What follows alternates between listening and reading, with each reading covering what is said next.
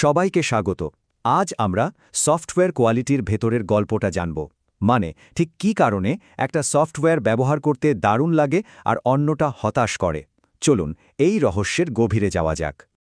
কখনো কি এমনটা মনে হয়েছে যে কিছু অ্যাপ বা সফটওয়্যার ব্যবহার করাটা একদম জাদুর মতো? সবকিছু কি দারুণভাবে কাজ করে, আবার অন্যগুলো খুললেই মেজাজ খারাপ হয়ে যায়, তাই না? আসলে এর পেছনে কিন্তু কোনো জাদু নেই, আছে একদম সলিড একটা বিজ্ঞান। তো কোয়ালিটি সফটওয়্যারের এই সফরে আমরা কয়েকটা ধাপে এগোব।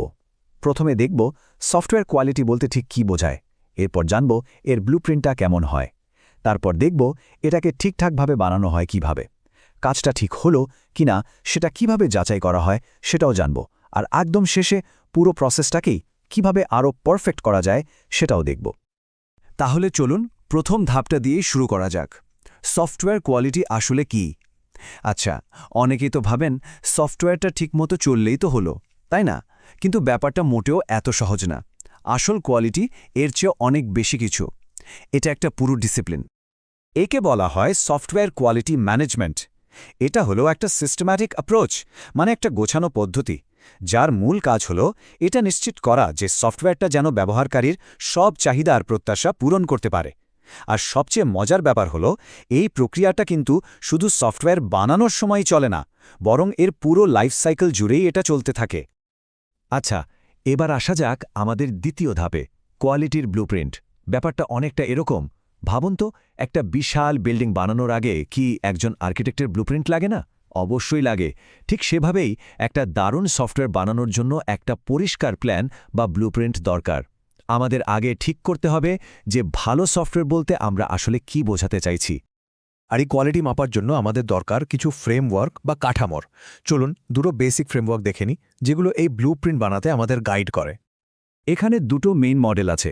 একটা হলো ম্যাককুলস মডেল আর অন্যটা ISO 9216। ম্যাককুলস মডেলটা মূলত ফোকাস করে সফটওয়্যারটা কিভাবে চলছে, ভবিষ্যতে এটাকে বদলানো বা অন্য সিস্টেমে নিয়ে যাওয়া সহজ হবে কিনা এই সব দিকে। আর অন্যদিকে ISO মডেলটা দেখে এর ফাংশনালিটি, মানে এটা ঠিকঠাক কাজ করে কিনা, এটা কতটা নির্ভরযোগ্য, ব্যবহার করা কতটা সহজ, এই ব্যাপারগুলো। বলতে পারেন দুটোই কোয়ালিটি মাপার জন্য দুটো আলাদা কিন্তু খুব কাজের চশমা। এই ফ্রেমওয়ার্কগুলোর বড় বড় কথাগুলোকে যদি আমরা একদম সহজ কয়েকটা প্রশ্নে নিয়ে আসি, তাহলে ব্যাপারটা দাঁড়ায় এরকম। সফটওয়্যারটা কি যখন তখন ক্র্যাশ করে? এটা ব্যবহার করা কি সহজ? এটা কি আমাদের কম্পিউটার বা ফোনের রিসোর্স মানে র্যাম বা ব্যাটারি ঠিকঠাক মতো ব্যবহার করে? আর ধরুন কোনো সমস্যা হলে বা নতুন কিছু যোগ করতে হলে সেটা কি সহজে করা যাবে? এই প্রশ্নগুলোর উত্তরই কিন্তু বলে দেয় সফটওয়্যারটার কোয়ালিটি কেমন। তো আমাদের ব্লুপ্রিন্ট রেডি। এবার আসি তৃতীয় ধাপে, মানে এটাকে ঠিকঠাকভাবে বানানো। কারণ শুধু একটা দারুণ প্ল্যান থাকলেই তো আর বিল্ডিং দাঁড়িয়ে যায় না, তাই না? এর জন্য দক্ষ কারিগর আর একটা মজবুত নির্মাণ প্রক্রিয়াও লাগে। এই কোয়ালিটি নির্মাণের আসলে দুটো মেইন পিলার বা স্তম্ভ আছে। প্রথমটা হলো সফটওয়্যার ইঞ্জিনিয়ারিং মেথড, মানে গোছানো ডিজাইন, কোডিং আর টেস্টিংয়ের নিয়মকানুন মেনে চলা। আর দ্বিতীয়টা হলো প্রজেক্ট ম্যানেজমেন্ট টেকনিক, মানে এটা নিশ্চিত করা যে পুরো প্রজেক্টটা যেন ঠিক পথে, ঠিক সময়ে আর ঠিক বাজেটের মধ্যে শেষ হয়। এবার আমাদের চতুর্থ ধাপ, কাজটা চেক করা। আর এখানে দুটো খুব জরুরি কনসেপ্ট আছে, কোয়ালিটি কন্ট্রোল আর কোয়ালিটি অ্যাসুরেন্স। অনেকেই এই দুটোকে এক ভেবে ভুল করে, কিন্তু এদের মধ্যে বেশ বড় একটা পার্থক্য আছে, আর সেটা বোঝাটা কিন্তু খুব দরকারি।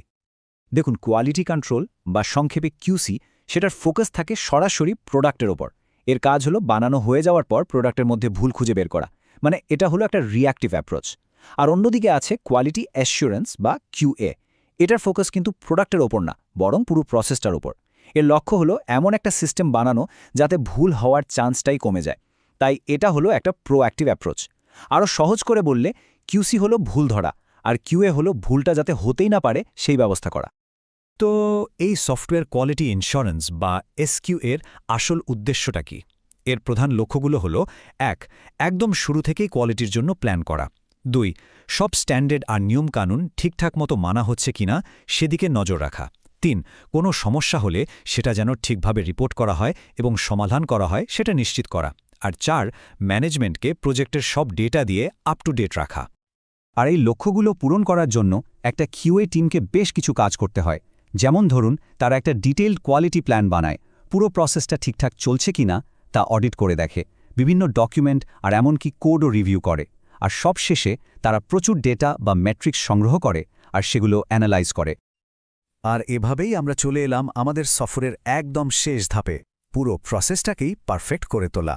কারণ দেখুন, শুধু একটা ভালো প্রোডাক্ট বানালেই তো হবে না।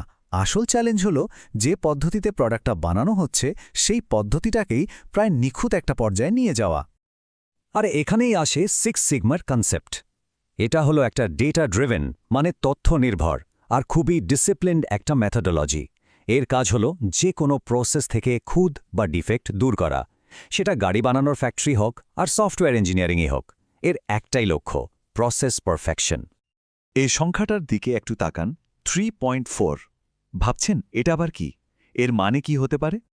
এর মানে হল 6 সিগমার লক্ষ্য হল প্রতি 10 লক্ষ সুযোগের মধ্যে মাত্র 3.4-এর বেশি ডিফেক্ট থাকবে না। ঠিকই শুনছেন, প্রতি মিলিয়ন সুযোগে মাত্র 3 বা 4টে ভুল। ভাবা যায়, এটাই হলো কোয়ালিটির প্রায় সর্বোচ্চ লেভেল। তাহলে চলুন আমাদের পুরো জার্নিটা একবার কুইক রিক্যাপ করে নিই। আমরা শুরু করেছিলাম দ্য ব্লুপ্রিন্ট দিয়ে, যেখানে ফ্রেমওয়ার্ক ব্যবহার করে কোয়ালিটিকে ডিফাইন করেছি।